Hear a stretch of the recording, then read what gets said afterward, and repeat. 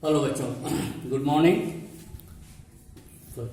First year, मुझे first year में और इंटर में जीव विज्ञान पढ़ाना है। मुझे आप लोग जानते होंगे, दिनेश श्रीवास्तव मिस्टर सर। जीव विज्ञान फर्स्ट ईयर में है, इंटर का कोर्स है। इंटर का कोर्स में तो हमें ज़्यादातर पहला लेसन हमारा जो है क्या आएगा, जनन आएगा। वनस्पति विज्ञान में सजीव लक्षण, जीव जगत। तो हम कोशिश करते हैं कि आज हम फर्स्ट ईयर से ही लेके चलते हैं। फर्स्ट ईयर और इंटर दोनों को लेके चलते रहेंगे। प्रारंभिक बेस का इंटर का रिवीजन होता रहेगा और फर्स्ट ईयर वाले भी अपना नोट करते रहेंगे। सारे जितने भी कमेंटमेंट होंगे यहाँ वो अपनी आप जो है नोटबुक पे जरूर लिखेंगे। तो लिखा क्या गया है, जीव विज्ञान, बायोलॉजी, जीव विज्ञान के जैसे मैंने कहा सजीव के लक्षण होते हैं। सजीव की टॉपिक रहेगी, आगे बताएंगे हम टॉपिक में।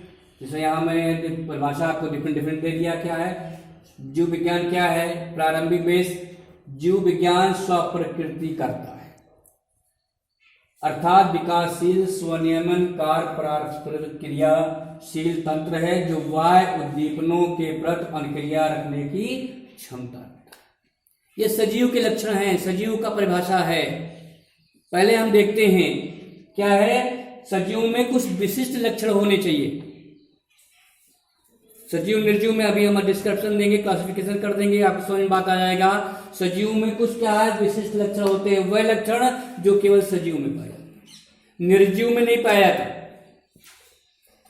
इस परिभाषा के लिखने से पहले आप ये जाने पहले कि जीव विज्ञान का अर्थ क्या है।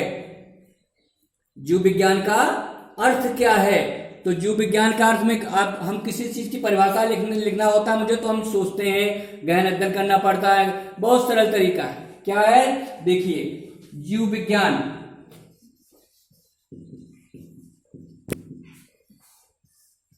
विज्ञान की वह शाखा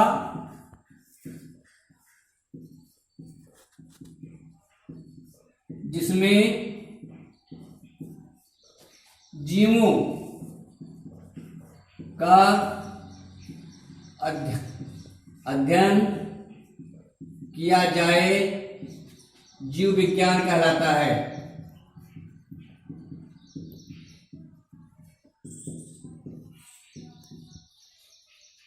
कितना सिंपल है, विज्ञान की वह शाखा जिसमें, अब जीव विज्ञान है तो जीवों का अध्ययन किया जाए, रसायन विज्ञान है तो विज्ञान की वह शाखा जिसमें रसायन विज्ञान का अध्ययन किया जाए, भौतिक विज्ञान है तो भौतिक का अध्ययन किया जाए। सीधी सिंपल परिभाषा हो जाती है। केवल हमें याद क्या करना है, विज्ञान की वह शाखा। समझ बात आ गई, कोई प्रॉब्लम तो नहीं हुआ परिभाषा लिखने में, नहीं। अब देखिए जीव विज्ञान का अर्थ, जीव विज्ञान दो शब्दों से बना है। जीव विज्ञान दो शब्दों से बना है। क्या, बायो और प्लस लॉजी। तो बायो माने क्या हुआ, जीव, प्राणी, और लॉजी, लॉजी शब्द किससे बना, इसका क्या मतलब है, to study.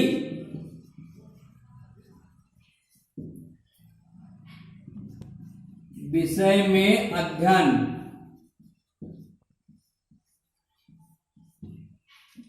To study. Logy का मतलब हुआ टू स्टडी, बायो का मतलब है जीव प्राणी। बायोलॉजी का अर्थ ये हो गया। तो यानी हम अब क्या हुआ, जिसके विषय में अध्ययन करने, किसके विषय में अध्ययन करने जा रहे हैं, जीवों के विषय में अध्ययन करने हम जा रहे हैं। तो हो गया जीव विज्ञान। विज्ञान की वह शाखा, विज्ञान की वह जिसमें जीवों का अध्ययन किया जाए, जीव विज्ञान कहलाता है। अब देखिए इसमें क्या होता है, इसमें हो गया दो चरण होता है। इसके क्या होते हैं जीव विज्ञान के, जैसे यहां हो गया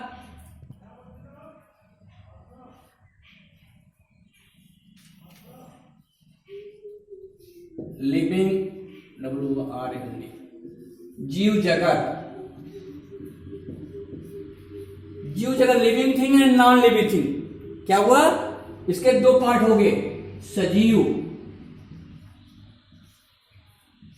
निर्जीव। हमें दोनों पढ़ना है आज, सजीव और निर्जीव, सजीव और निर्जीव। अब सजीव क्या है और निर्जीव क्या है, इसके क्या लक्षण होते हैं, सिंपल रूप से जानना है। सजीव, कोई बच्चा बताएगा, सजीव और निर्जीव में अंतर देखो, मैंने यहां दे दिया है, यहां लिखा था मैंने क्या, सजीव के कुछ विशिष्ट लक्षण होते हैं, कुछ लक्षण ऐसे होते हैं जो सजीव निर्जीव में बराबर होता है। तो इससे हम कैसे अंतर करेंगे कि सजीव कौन सा, निर्जीव क्या है। इसलिए सजीव वह प्राणी है जिनमें कुछ विशिष्ट लक्षण होते हैं जो केवल सजीव में पाए जाते हैं, उन्हें सजीव कह दिया गया। अब सजीव में क्या करता है, सजीव में मूवमेंट होता है, क्या होता है, यानी आवागमन, आ जा सकता है, मूवमेंट हो गया।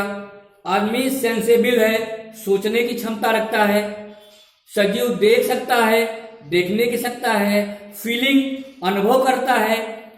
एवरीथिंग इज लिविंग थिंग, ये जो इतने गुण आ जाए वो लिविंग थिंग कहलाता है। इसको क्या है, इसको पीटो चोट लगेगी नहीं, बोलेगा नहीं, तो ये क्या है, नॉन लिविंग थिंग है। क्योंकि जब तक इसको हम एक दूसरे जगह उठा के प्लेस नहीं करेंगे तब तक ये अपने स्थान पे ही स्थिर रहेगा, दसों सैकड़ों हजारों वर्षों तक जहां रख देंगे वही रखा रहेगा, अगर उसको हम टच नहीं करते। ये हो जाएगा निर्जीव। तो सजीव क्या करता है, सजीव गत करता है, सजीव बोलता है, सजीव सांस लेता है, सजीव अपने समान बच्चा पैदा करता है, रिप्रोडक्शन, अपनी वृद्धि करता है। अब एक शब्द आता है वृद्धि, ग्रोथ।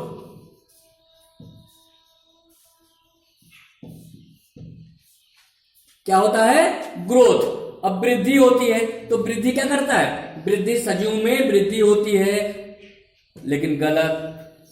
मैं कहता हूं निर्जीव में भी वृद्धि होती है। हाँ हाँ बोलो, यस, सजीव में वृद्धि होती है, मैं कहता हूं निर्जीव में भी वृद्धि होती है। निर्जीव में वृद्धि होती है, कैसे होती है अभी मैं बताऊंगा आपको। बताएं, देखिए, कोई जानवर है तो वो तो अब वृद्धि करेगा, लेकिन अगर कोई निर्जीव वस्तु है तो वृद्धि कैसे करेगा, वो वृद्धि करेगा, समझ लीजिए कोई पहाड़ है, कोई पहाड़, पर्वत है, ये इतना ऊंचा है, तो जब इतना ऊंचा है, हवाएं चलेंगी, तूफान आते हैं, रेतीली भूमें होती हैं, बहुत सारे पहाड़ रेहार में पाए जाते हैं, रेहार के साथ पाए जाते हैं, तो इसमें धूल मिट्टी गर्दे उड़ते उड़ते उड़ते उड़ते ये क्या होगा, इसका आकार वृद्धि होगा, तो ये इतना लंबा हो जाएगा। इससे बढ़ गया नहीं बढ़ गया, बढ़ गया। तो वृद्धि कई तरह होता है, केवल अपने समान परिवार वृद्धि करना ही नहीं होता है, कोई आकार में बढ़ता है, क्या आकार में बढ़ता है, कोई भार में बढ़ता है, क्या होता है, भार में बढ़ता हुआ है। ये अगर ये जो है एक पत्थर, छोटा सा पत्थर आ गया, ये 20 किलो का है, इसके ऊपर धूल जमते जमते मिट्टी कीचड़ जमते जमते फिर इसको दोबारा तोला जाएगा, तो ये मेरी समझ से हो जाएगा 25 किलो का। तो इसमें भी भार हो गया, भार वृद्धि हो गई, हो गया। तो आकार में वृद्धि हो गई, भार में वृद्धि हो गई, और किस में वृद्धि हो गई, निर्जीव में आकार में वृद्धि, भार में वृद्धि। तो ये अब वृद्धि क्या हुआ, सजीव का विशिष्ट लक्षण नहीं हुआ, कि हुआ नहीं हुआ।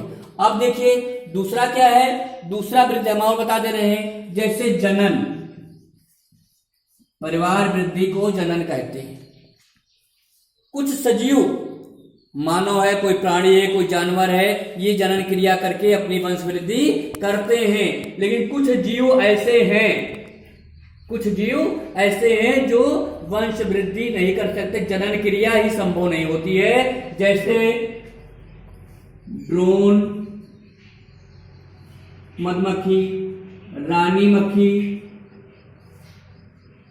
और खच्चर और बंध मनुष्य, ये 3 ऐसे हैं प्राणी जो सजीव है। मक्खी भी सजीव है, उड़ती है, बोलती है, हर चीज करती है, अपन मन करती है, उनकी भाषा है। उसके बाद में क्या होता है, खच्चर, जो देखो जो है भट्टों पे ज्यादातर जो बोझा ढोने का काम न करते हैं, ये अपनी वंश वृद्धि नहीं कर सकते। कुछ ऐसे मनुष्य हैं जो अपना परिवार वृद्धि करने में सक्षम नहीं है, उन्हें बंध मनुष्य कहा जाता है। क्या कहा? ओके, थोड़ी प्रॉब्लम आ गई थी, सॉरी बच्चों। ये जो है, इसमें जो है ये क्या हो जाते हैं, सजीव होते हुए भी ये क्या है, क्या है, मैंने ये जनन नहीं कर सकते हैं, तो जनन क्रिया भी ये इनके विशिष्ट लक्षण सजीव के नहीं हुए। तो क्या अर्थ निकला कि सजीव के वे लक्षण जो केवल सजीवों में ही पाए जाते, निर्जीव में नहीं पाए जाते।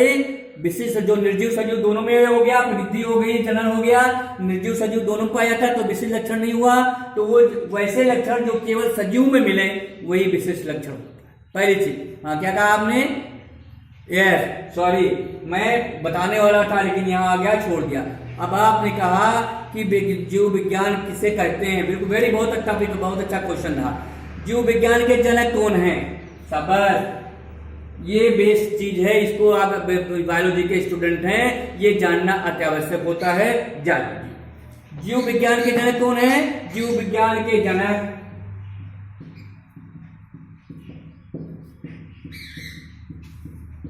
अरस्तु,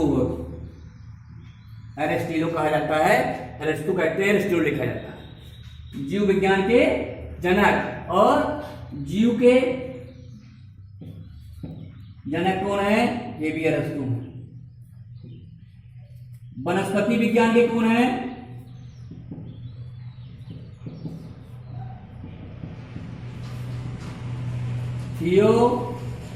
थियोफ्रेस्टिस। जीव विज्ञान के स्टूडेंट होने नाते ये जानना बहुत जरूरी है, जीव विज्ञान की परिभाषा क्या है, जीव विज्ञान के जनक क्या है, जीव जगत के जनक क्या है, वनस्पति विज्ञान के जनक कौन है? तो ये थियोफ्रेस्टिस है। इन दोनों के जगत कौन है जनक? फाउंडर अरस्तु है। बहुत अच्छा टॉपिक था, समझ में आई बात? तो ये हो गया क्या? आकार में वृद्धि, भार में वृद्धि और स्वयं वृद्धि। फिर ये जनक क्या हो गया? विशिष्ट लक्षण। ये मैंने कहा यहाँ ये विशिष्ट लक्षण नहीं पाया, समझ में? ओके, हाँ तो बताया सजीव में ये जो है विशिष्ट लक्षण क्या है? सामान्य लक्षण हो गया, ये सजीव निर्जीव दोनों में, जनन भी निर्जीव में हो गया, और ये क्या हो गया? निर्जीव में नहीं हुआ, यानी सजीव निर्जीव दोनों में पाए गए। कैसे पाए गए? ये देख लिया आपने, यहाँ वृद्धि भार में, आकार में और संख्या में। संख्या ये मान, ये पेन है, एक पेन है, दो है, एक, वेरी गुड, तोड़ दिया तो कितना हो गया? दो हो गया। तो एक पेन जब यहाँ था तो एक था, ये दो हो गया, तो यहाँ दो हो गया, तो ये संख्या में वृद्धि हो गई। वृद्धि हो गई तो निर्जीव में वृद्धि हुई कि नहीं हुई? पहाड़ में वृद्धि हुई कि नहीं हुई? आकार में वृद्धि हुई कि नहीं हुई? तो ये सब निर्जीव है। तो सजीव में भी वृद्धि होती है तो निर्जीव में वृद्धि होती है। और जनन क्या होता है? जनन इसमें ये सजीव होते हुए भी ये जनन में नहीं कर सकते हैं। समझ में आई बात? ऐसे लक्षण जो सजीव में केवल पाए जाएं वो होता है। अब हम इस टॉपिक को यही बेटा बंद करेंगे क्योंकि देर हो रही है, थोड़ी सी प्रॉब्लम है, इसलिए नेक्स्ट हम कल यहीं से इसके आगे से शुरू करेंगे। Good bye.